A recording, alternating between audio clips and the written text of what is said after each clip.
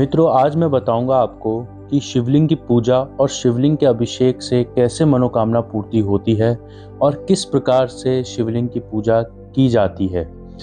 शिवलिंग भगवान शिव का स्वरूप माना जाता है। शिव अर्थात समस्त ब्रह्मांड जिसने समाया है, अर्थात शिवलिंग समस्त ब्रह्मांड की स्थूल प्रतिकृति यानी शिव की प्रतिकृति है। शिव के स्वरूप को शिवलिंग के रूप में परिभाषित किया गया है। इसके गंभीर और गूढ़ निहितार्थ भी हैं और मिथिकीय कहानियां भी हैं।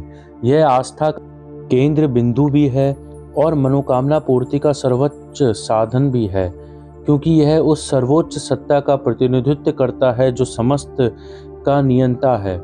इस शिवलिंग की पूजा की विशिष्ट पद्धति है और इस पर विशिष्ट वस्तुओं के लेप अथवा अभिषेक का भिन्न प्रभाव भी होता है। जब किसी का मन विचलित हो, अवसाद से भरा हो, परिवार में कलह हो रहा हो, अनचाहे दुख और कष्ट मिल रहे हों, तब शिवलिंग पर दूध की धारा चढ़ाना सबसे अच्छा उपाय है। इसमें भी शिव मंत्रों का उच्चारण करते रहना चाहिए। कुल की वृद्धि के लिए शिवलिंग पर शिव सहस्त्र नाम बोलकर घी की धारा अर्पित करें। शिव पर जलधारा से अभिषेक मन की शांति के लिए श्रेष्ठ मानी गई है। भौतिक सुखों को पाने के लिए इत्र की धारा से शिवलिंग का अभिषेक करें। रोग मुक्ति के लिए शहद की धारा से शिव पूजा करें। गन्ने के रस की धारा से अभिषेक करने पर हर सुख का आनंद मिलता है।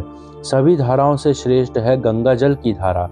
शिव को गंगाधर कहा जाता है। शिव को गंगा की धार बहुत ज़्यादा प्रिय है। गंगा जल से शिव अभिषेक करने पर चारों पुरुषार्थ की प्राप्ति होती है। इससे अभिषेक करते समय महामृत्युंजय मंत्र का जरूर जाप करना चाहिए।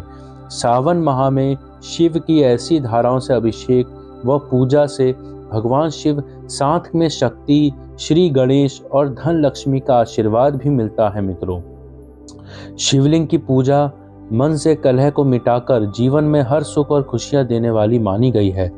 हर देव पूजा के समान शिवलिंग पूजा में भी श्रद्धा और आस्था महत्व रखती है, किंतु इसके साथ साथ शास्त्रोक्त नियम विधान अनुसार शिवलिंग पूजा शुभ फल देने वाली मानी गई है।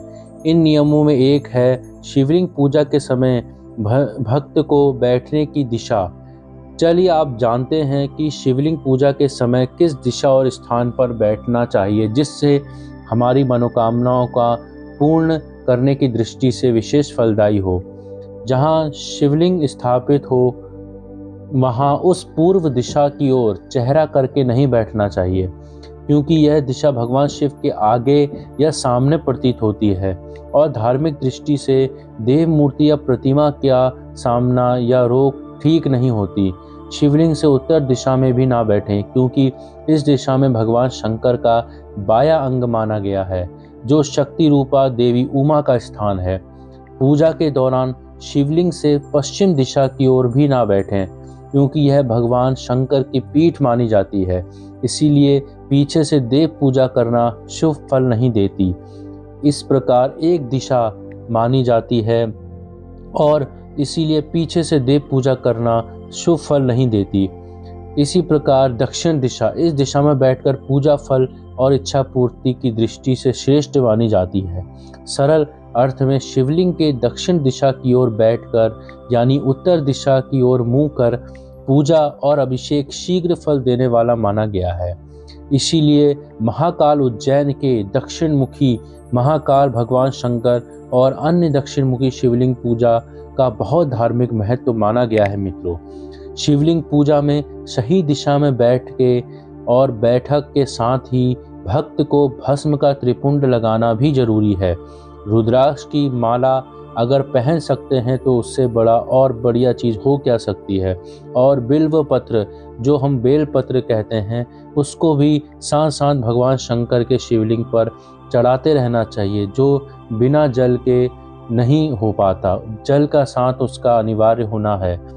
अगर भस्म उपलब्ध ना हो तो मिट्टी से भी मस्तक पर त्रिपुंड लगाने की विधान शास्त्रों में मित्रों बताया गया है।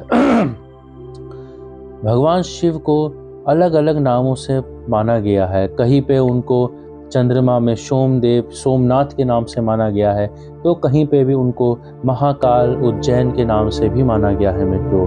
तो आज का मित्रों यह मेरा विषय समाप्ति की ओर बढ़ता है और मैं आशा करता हूँ आपको मेरी वीडियोस पसंद आ रही होंगी। मेरे वीडियोस को लाइक, शेयर और सब्सक्राइब जरूर करें। हर हर महादेव, जय महाकाल।